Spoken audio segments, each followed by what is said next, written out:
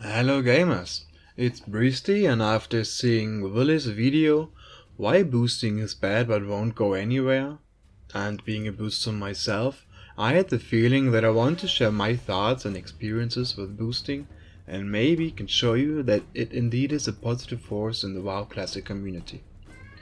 First of all, I'm playing Mage since launch, having around 90 days played and doing boost since January, and I have to genuinely say that most difficult pulls in Classic demand much more technical skills and knowledge than most other standard things such as raiding, ranking PvP or leveling. Keep in mind that perfectionizing mechanics such as leeway, abusing predicted movement, and getting in the rhythms of spellbatching is mandatory in order to learn those pulls properly. So what drove me to AoE farming was the sheer difficulty. Combining this with the organizing and socializing skills a booster needs, as well as the time management, while aiming to clear pulls and lockout, including inviting new people, emptying bags, having human breaks, puts the booster in a challenging situation.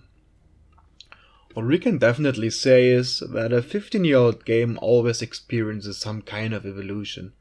The urge to be hyper-efficient, paired with the fact that a lot of people have overused lots of content, aka the leveling experience. Lots of people strive to get their beloved all to a certain point where they then can do what they originally planned to do so. On the other hand, we can see that lots of gamers are adults with family and childs by now, which massively reduces their available time to play. Being able to farm lots of gold as boosters, or reducing your time spent leveling as a boosty could be seen as a positive force in this matter.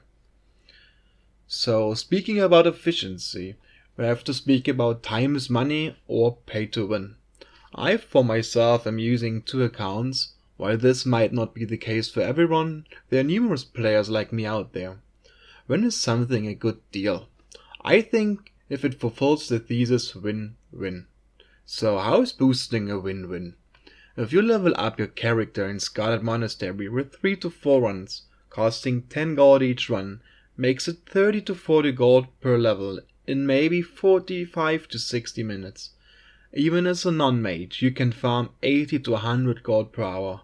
Potentially, you could farm gold while getting your character leveled, and you still could make 50 to 60 gold per hour while getting leveled basically for free. Regarding gold bid runs, balancing the expectations and reality. If I make 150 to 200 gold as a booster and want to buy, for example, Deathbringer for 3k gold for my warrior, I have to farm 15 to 20 hours to make the money. At first I spend around 15 hours farming, then I have to go approximately 16 runs on Nixia at a 6% drop rate to get the item, which takes me another 4 to 8 hours, on Nixia being approximately 15 to 30 minutes long. So it is questionable if you get the weapon faster, but for sure you can get it safe. It might be favored to the side of the booster to some extent, since you got a wall against other warriors, but on the other hand, you could form your own Onyxia, reserve the Deathbringer, make money with gold bid on top of that, and get out even stronger, better than any booster could. Personally, my idea of starting boosting evolved in September already.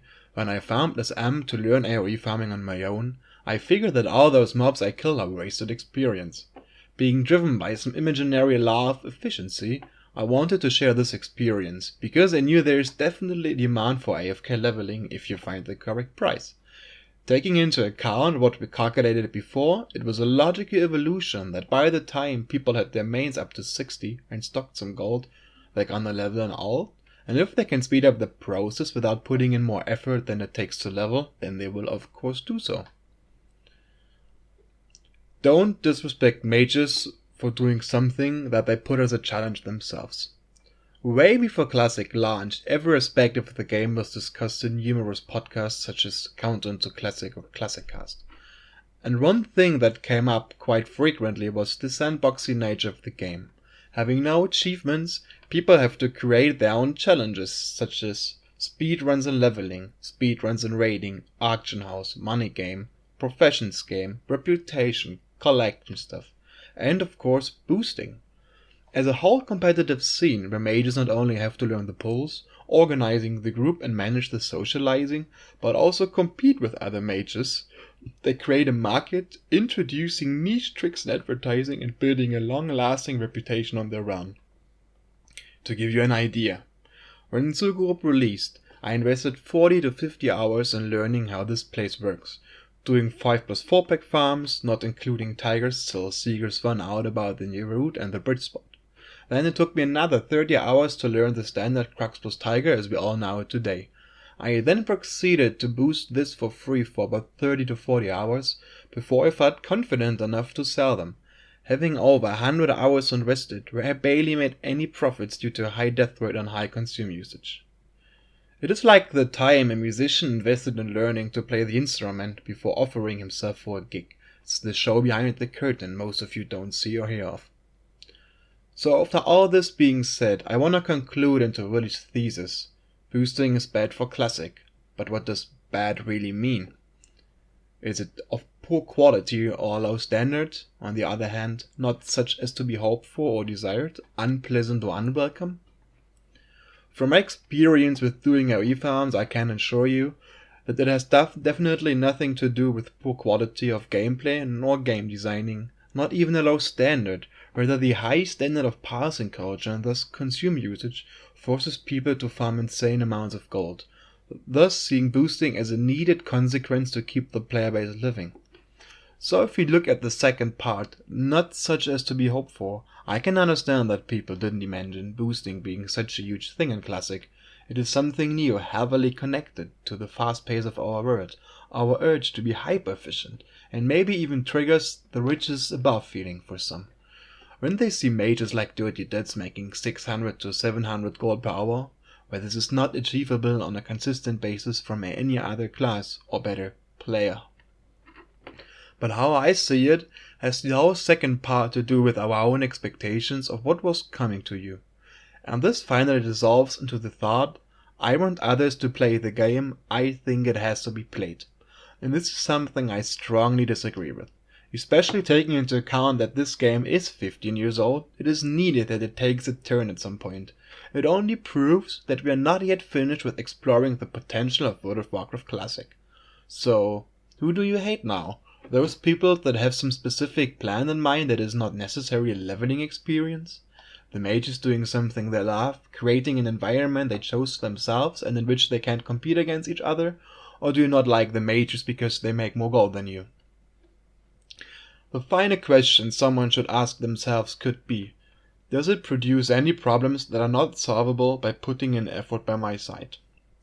Going from a looking for group spam to a LFM spam can already make huge impacts, as well as having global channels let you search while questing in the open world, so the extra time invested can be used properly. Another approach on bad could be, it hurts more people than it favors, or the grade of overall satisfaction gain is lower than the pain it brings to the community. But then, who does it really hurt? If you're on a really low pop realm, or maybe a locked one without new servers, then it is understandable that you get annoyed by those last few alting fellas that now sits in booths and you never can create a group on your own. But for most servers, it is no problem to create a group for a dungeon in a moderate time. I see constantly people forming when being open world leveling in no time. While I can remember searching hours for some AFD runs back in TVC on a low pep realm. So what I believe is, no real damage is done to the people. But on the other hand, people level faster, so they have more time for their focus, for their important stuff, which an example leads to more class diversity. B. Wasting resources is getting reduced, and if you're willing to put in the hours and overcome the frustration in order to learn those ports, then you got a great gold per hour. And anyone who learned those ports from the scratch knows exactly what I'm talking about. So at the end of the day, I think boosting is a healthy thing for the game and is a logical consequence on modern day approach on gaming. Hate the game, not the player. That being said, I wish you all the best and let the hate flow. If you'd like more content like this, leave a like and subscribe to this channel and or leave your ideas in the comments. Have a great day.